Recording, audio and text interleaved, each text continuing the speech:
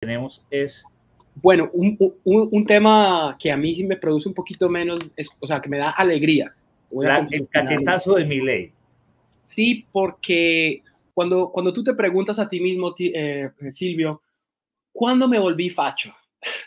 Yo me hago esta pregunta con mayor frecuencia últimamente. ¿Cuándo fue el momento en que me volví facho? Y para mí fue sin duda cuando empezaron a promocionar el lenguaje mal llamado inclusivo, ¿no?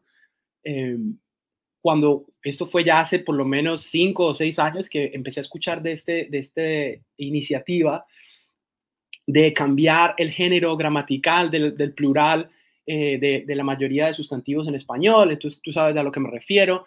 Empezó con el desdoblamiento, que todavía lo practican personas como el presidente Petro y muchísimos otros, que en lugar de decir todos o decir amigos, hay que decir amigos y amigas, todos y todas, ¿cierto? Para mostrar eso, virtuosismo, y decir que uno es feminista, que uno está del lado correcto de la historia, y los que no hagan esa tontería, porque entienden que es una tontería palmaria, que además es equivocado lingüísticamente, no tiene ningún sentido hacer eso, pues los que no lo hagan, pues son unos fachos.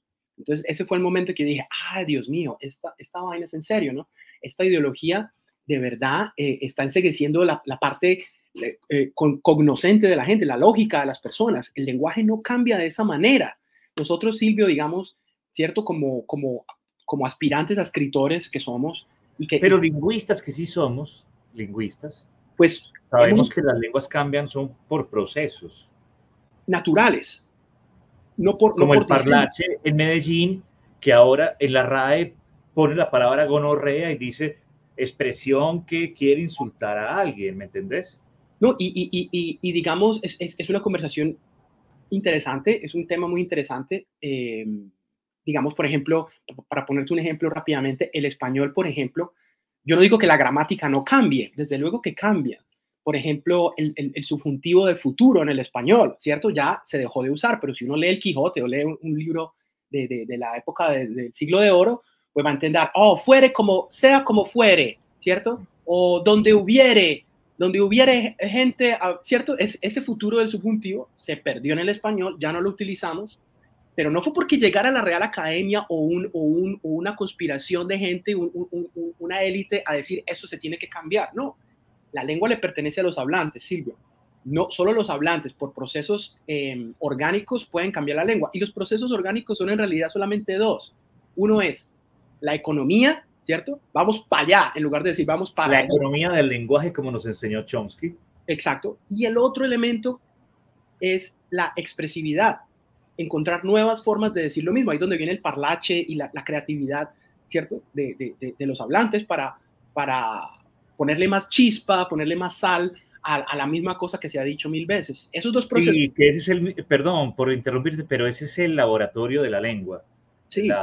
El barrio, el slang, en francés el Berlin. Berlín, ajá. Sí, donde estamos abajo del metro vendiendo y comprando. Entonces tenemos que hacer nuevas palabras para esconder, para provocar. Ese es el laboratorio de la lengua, no es un comité de personas que deciden cómo se tiene que hablar. Gustavo. Sobre todo con un objetivo, ¿cierto?, de ingeniería social, que es también lo más horrible de esto, ¿no? Exacto, que es ¿cómo dice usted? Ingeniería social, ¿cierto? Como si cambiamos estas reglas de gramática, vamos a obtener unos resultados de igualdad, las mujeres van a elevar su estatus en la sociedad, van a hacer más la visibilidad, esa otra palabreja. Eso es muy francés, todo eso que dices es muy francés. Los franceses han hecho esto hace mucho tiempo, quitar palabras, prohibirlas, prohibir expresiones. Por ejemplo, mademoiselle, no se puede decir mademoiselle en la escuela, ni en ningún lugar del estado se puede decir mademoiselle, o sea, señorita. ¿Por qué? Porque señorita, a la palabra señorita le dieron un aspecto de cosa negativa, como si decís señorita, quiere decir que te querés comer a una niña. Pero ¿por qué son así de tontos? ¿Por qué? ¿Por qué? Una señorita, incluso cuando lo dicen en castellano como señorita se sonríen, señorita. y uno los ve y dice, qué imbécil, qué imbécil. Y Silvio, yo creo que estamos de acuerdo en que el machismo en el lenguaje, pues claro que existe, ¿cierto? Hay expresiones machistas en el lenguaje de superioridad, ¿cierto? Masculina o que expresan superioridad masculina que no deberían existir, ¿cierto? El ejemplo más clásico es que la palabra zorro en masculino tiene connotaciones positivas, ciertas connotaciones positivas, mientras que la palabra en femenino, la misma palabra en femenino, tiene una connotación muy negativa, ¿no? Sí, eso tiene que ver también con las fábulas del medioevo, en las que el zorro era Claro. alguien astuto, tales y tales y pascuales. Pero eso es machismo en el lenguaje, eso se podría, con educación, tal vez, ¿cierto? Se podría, pero el punk es el que defiende esto, las zorras. Sí, claro, y hay un cierto feminismo que también defiende como apropiarse de esas palabras peyorativas y hacerlas como símbolos de fortaleza, en fin. Sí, lo que pasa es que la diferencia entre ese feminismo tipo Luciana Cadaía o la Afanador es que ellas lo postulan, ellas dicen, deberíamos usar la palabra zorra para cosas positivas de las mujeres. En cambio, el punk son tres peladas que somos zorras, o sea, lo hacen de verdad, ¿me entiendes? Se apropian del término de verdad. Claro, y así es como debería ser, no con estas pretensiones que de verdad son elitistas. Ese sí es un elitismo terrible, ¿no? Nosotros sabemos cómo se debe hablar. ¿Cómo debe hablar usted, señor, allá abajo? Nosotros aquí encumbrados en Harvard y en Yale University les vamos a enseñar a ustedes que no se debe decir latino, porque eso es masculinista, no, se debe decir latinex, ¿cierto? Y si tú quieres mostrar tu virtud y cómo estás con la causa y cómo eres de bien pensante, entonces tienes que utilizar una cosa innatural y estúpida como Latinx. ¿Right?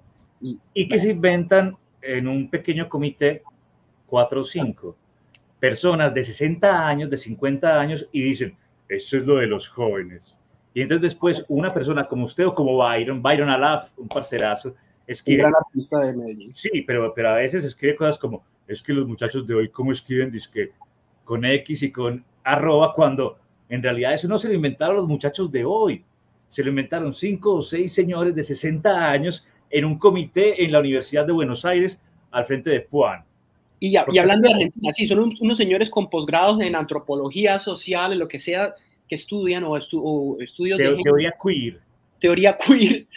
Y claro, y Argentina, entonces por eso es significativo lo de Milei y por eso me da un poquito de ilusión y de esperanza de que este woke, esta ideología woke puede que esté de pronto ya declinando, ¿no? Estamos esperando que nos dé un respiro esta vaina y Milei pues decidió con muchísima sindéresis que va en el gobierno nacional, ni siquiera el gobierno regional, el gobierno nacional solamente no va a utilizar el lenguaje inclusivo, no va a utilizar la E para referirse ni la X ni la arroba. No, eso es impronunciable, eso es muy tonto, pero lo de la E, bueno, también, ¿no? Amigues, compañeros, cierto, maestres, toda esta tontería, el gobierno no la va a usar en comunicaciones oficiales. Esto no quiere decir que un ciudadano que desee utilizar el lenguaje inclusivo lo pueda hacer, desde luego que lo puede hacer, que es la libertad natural pues, de expresión que debe tener. Pero es muy significativo que esto pase en Argentina porque Argentina, dentro de Latinoamérica y de Hispanoamérica, es uno de los países más, ¿cierto?, con mayor... sí, en la escuela pública es notable cómo el adoctrinamiento es la filosofía propia de la escuela. O sea, no es que exista esa forma y la gente lo sepa, sino que es la regla. Sí. Entonces es muy pesado para ellos. En Colombia no hemos vivido esto, no lo hemos vivido, entonces tenemos como un asueto.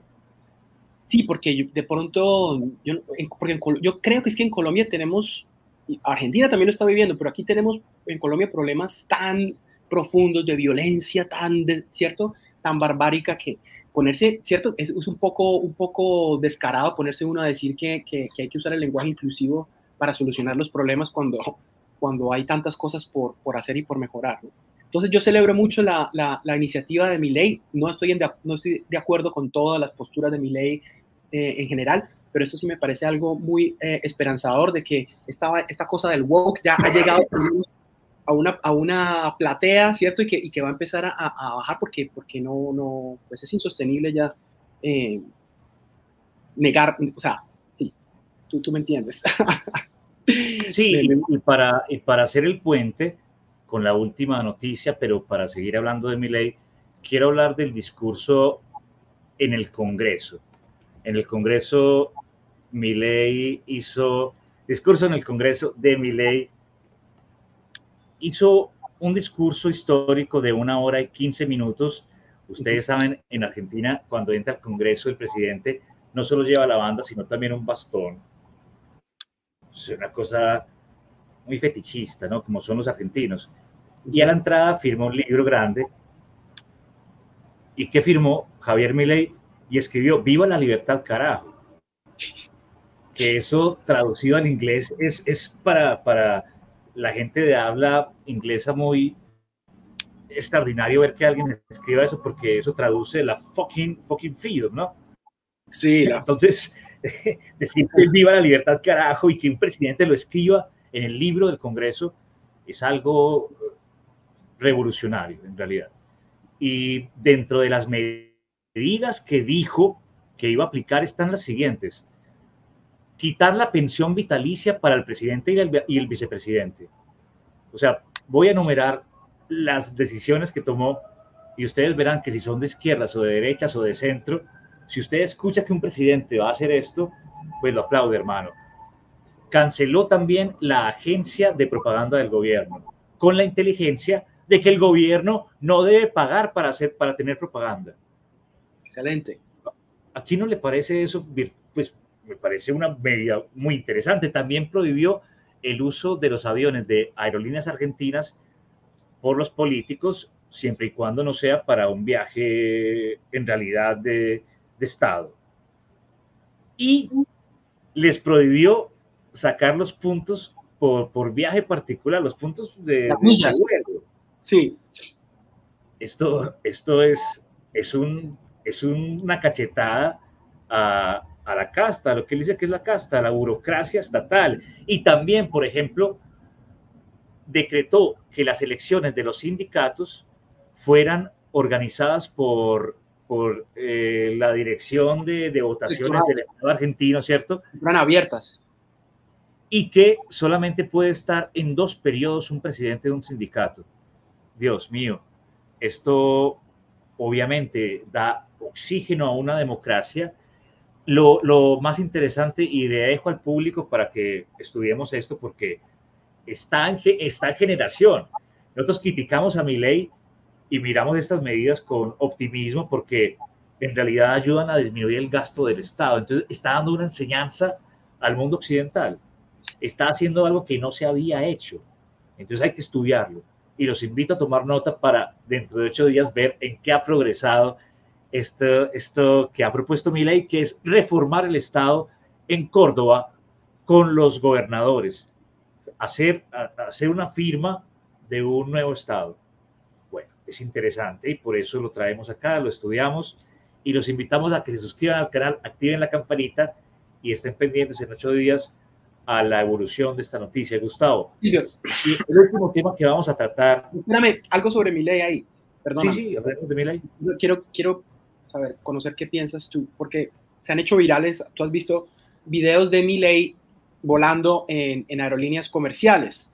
¿Sí? Entonces entra al avión y todo el mundo lo saluda, se toma fotos con él, porque él es simbólico, ¿no? de la austeridad que él quiere implantar en el gobierno. Entonces él viaja por aerolínea comercial. Ahora bien, esto le encanta a mucha gente, lo aplauden. Aquí, por ejemplo, en Estados Unidos lo aplauden mucho. Milei, como tú sabes, se reunió con Trump la semana pasada, ¿cierto? También fue una noticia, la semana estuvo cargada. Bueno, fue una foto, fue una reunión de 20 segundos, ¿no? Sí, pero es significativo porque Milei dio un discurso en el CPAC, que es la conferencia de republicanos, es decir, de conservadores más grande del país. Allá habló Bukele, que estuvimos conversando sobre eso la semana pasada, Y también estuvo Milei. Milei también dio un discurso que les encantó pues allá a la gente porque es anti-socialista, ¿cierto? Anticolectivista, como es su filosofía. Pero Silvio, te quería preguntar sobre ese asunto, por ejemplo, de volar en línea, por aerolínea comercial. ¿No te parece que en cierto modo eso tiene un tufo de populismo también, como de un poco de mesianismo, del mesianismo del que hablábamos sobre, en relación a Petro al principio? ¿Sabes por qué no? Porque yo sé que Milei tiene una pelea con Aerolíneas Argentinas, o sea, él quiere cerrarla. En realidad no la quiere cerrar, él quiere vendérsela a los trabajadores. O sea, la quiere privatizar, pero lo que quiere es que el Estado no tenga que pagar más ese fardo, porque Aerolíneas Argentinas es el monopolio y no le da ganancia al país. Entonces, como él es un libertario, quiere cerrar, quiere quitar esa carga al gasto del Estado. Por eso yo entiendo que él viaje por ¿cómo es que se llama? ¿Económico? Sí, aerolínea comercial, que viaja por... Sí, viaja y también sus gabinetes. La gente del gobierno, todos tienen que viajar por una aerolínea privada, pues no pueden viajar por aerolíneas argentinas, es una orden de Milei. Sí. No sé. Puede ser visto como populismo, claro, y claro que es populista porque él llega al avión y todos lo aplauden. Sí. Pero ¿qué pasaría donde él llegara al avión y todos lo insultasen? Que puede ser algo que le pueda ocurrir en el futuro, ¿no? Eso no sabemos, ¿cierto? O sea, todos los ajustes que está haciendo, los resultados, si se ven, no van a aparecer hasta por lo menos dentro de 1 año o 2 años, ¿no? Y es posible que la gente en ese lapso se harte y se canse de él y ya no lo aplaudan en los aviones. Pero bueno, a mí me da la impresión de que a mí también me produce suspicacia mucho cuando la gente se muestra virtuosa de esa manera, ¿entendés? ¿Cierto? Que es lo que hace Petro con todo el tiempo, ¿cierto? Todos y todas, colombianos y colombianas, ay, soy tan bueno y yo soy tan humilde que a pesar de que soy el presidente y podría usar el jet privado, entonces utilizo la aerolínea comercial. Eso no conozco, obviamente, a Milei también como conocemos a Petro, pero sí me parece que es algo simplemente para observar, ¿no? Para analizar. No, y sí es populismo, claro que sí. Milei es un populista de manual, de derechas, claro. Y lo que quiere es eso, ganar el pueblo, el amor del pueblo. Mira al presidente que se bajó del avión y mira que está viajando conmigo. Sí. O sea, aunque tú seas del otro partido, te sentirás bien porque está viajando con vos. Es irrefutable, pues, su actuar. Sí. ¿Qué vas a mostrar ahora, Gustavo? Puede ser una jugada. Sí, no, para terminar, yo creo que una noticia también relevante para nosotros en Colombia